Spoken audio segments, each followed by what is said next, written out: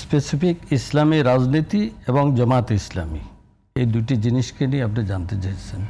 না, আমি বলেছি যে জামায়াত ইসলামী এখন এসে তার বিভিন্ন বক্তব্য বিবৃতিতে বলছে। হ্যাঁ, আমি বুঝতে পেরেছি।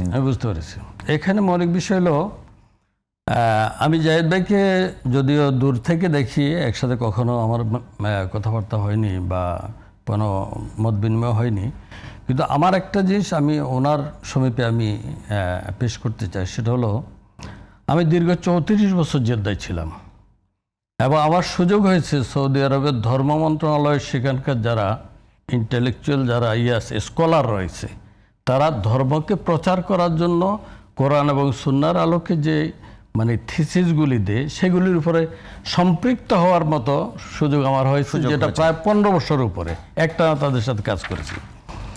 এখন আমি ওই দৃষ্টিভঙ্গিতে যদি বলি, তাহলে হলো যে আরব দেশের ভৌগোলিক অবস্থা, সেখানকার ভাষাগত দৃষ্টিভঙ্গি এবং এই দৃষ্টিভঙ্গির সাথে কোরআন নাজিলের অবস্থা এবং কোরআন নাজিলের যে প্রেক্ষাপট এবং তার পরবর্তীতে কোরআন এবং সুন্নাহর ভিত্তিতে একটি কল্যাণকর রাষ্ট্র যেটা রাসূল সাল্লাল্লাহু আলাইহি ওয়াসাল্লাম গঠন করেছেন মদিনায়, এটা আপনি দেখবেন যে এই কল্যাণ রাষ্ট্রকে আল্লাহ রাসূল সাল্লাল্লাহু আলাইহি ওয়াসাল্লাম কিন্তু সমস্ত আইনগুলি, বিধিবিধানগুলি একই সময় কিন্তু নাজিল হয়নি, একই সময় প্রয়োগ করেন নাই। এটা সময়ের প্রেক্ষাপটে স্তর বাই স্তর এটা জনগণের কাছে বা বিভিন্ন সময় এসেছে।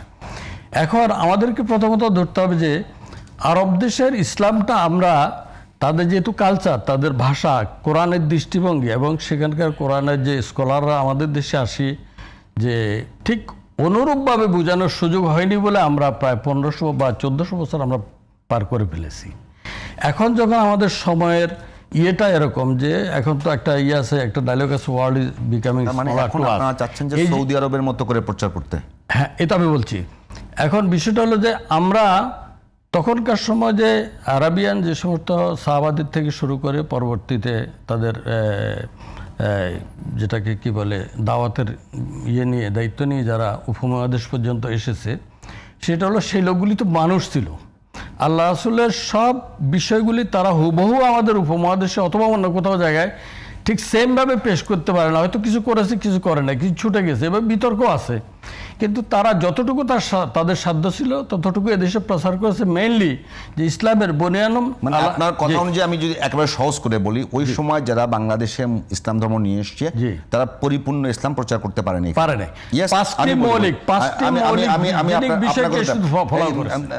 হাফিজ সিদ্দিকী পরিপূর্ণ প্রচার না করে বাংলাদেশে, ভারতীয় উপমহাদেশে লাখে লাখে মানুষকে মুসলমান বানালো যারা অন্য ধর্মের ছিল।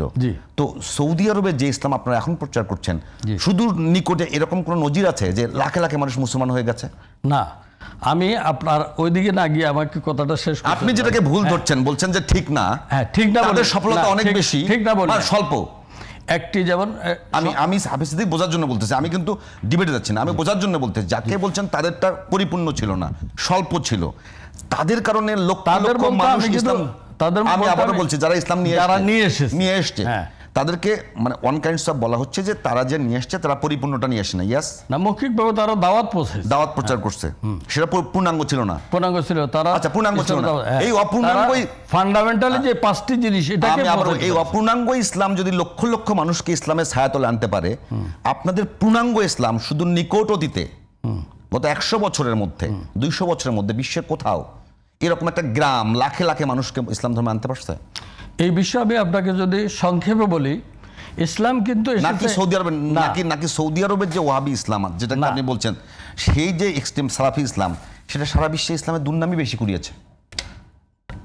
যদি আপনার দৃষ্টিতে বলা হয় যে দুর্নাম কুড়িয়েছে, সেটা আপনার কাছে আপনার মতো আপনি রাখেন। আমি আপনাকে যেটা বলি সেটা হলো যে কোরআনের মৌলিক দৃষ্টিভঙ্গিটা নাজিল হওয়ার সময় হলো হুদাল লিন্নাস, মানুষের জন্য। আমরা 850 কোটি বা 900 কোটি মানুষদের মধ্যে কয় কোটি মুসলমান আমরা যারা পার্সপেক্টিভে কথা বলতে যাচ্ছি না, আসতেছি আমি। তাহলে দেখা যাচ্ছে যে শুনে যারা মুসলমান হয়েছে, এই লোকগুলির জন্যই শুধু তাদের সৃষ্টিকর্তা কিন্তু এই সংবিধান নাজিল করে নাই। তারা এই নাজিল করেছে যে আল্লাহ মানুষ সৃষ্টি করেছে, সমস্ত মানুষগুলি আল্লাহ সংবিধান অনুযায়ী পরিচালিত হবে। এই জন্যই আল্লাহ পাক শুধুমাত্র কোরআন, এটাকে কি বলে, নামাজ, রোজা, হজ, যাকাত এই 4টি মৌলিক জিনিসের পাশাপাশি কিন্তু তার বিবিধ সাংবিধানিক যেটা মনে হয় মাসালা বলে আমরা মনে আলোচনা বাইরে যাচ্ছে। আমার যে প্রশ্নটা ছিল যে আপনারা জামায়াতে ইসলামী এখন আপনারা না জামায়াতে ইসলামী এখন পর্যন্ত যে নাম জামায়াত ইসলামী, কিন্তু তারা সরাসরি শরিয়া কায়েম করবে কিনা সেটা বিষয়ে খোলাসা কোনো উত্তর দেয়নি। 2 নম্বর বিষয় যেটা হলো তারা এখন ওয়েলফেয়ার স্টেটের কথা বলছে, কল্যাণের কথা বলছে, তারা অনেক ভালো কিছু করবে, এখানে ন্যায় শাসন প্রতিষ্ঠা করবে, সব কিছু ঠিক আছে। নামে রাখবেন জামায়াত ইসলামী, প্রচারের ক্ষেত্রে আপনি ইসলাম বলবেন না, এটা সাংঘর্ষিক কিনা আমার জানার জন্য বলতেছি আমি। আবার ইসলাম নামটা সুবিধা নিচ্ছেন যেহেতু ইসলাম। আসলে আপনি যে সাবজেক্টটা নিয়ে আসছেন এটা যদি আমি ক্লিয়ার না করি তাহলে কিন্তু আমার ইসলামের শব্দটা কিন্তু আমার ব্যর্থ হবে। এটা হলো যে আল কোরআনে ইসলামের দাওয়াতের পাশাপাশি একটা শব্দ ব্যবহার করা হয়েছে ওয়াল মাউইজাতু হাসানা, অর্থাৎ তোমরা উত্তম কৌশলে তোমার দিনকে সামনের দিকে বাড়াও।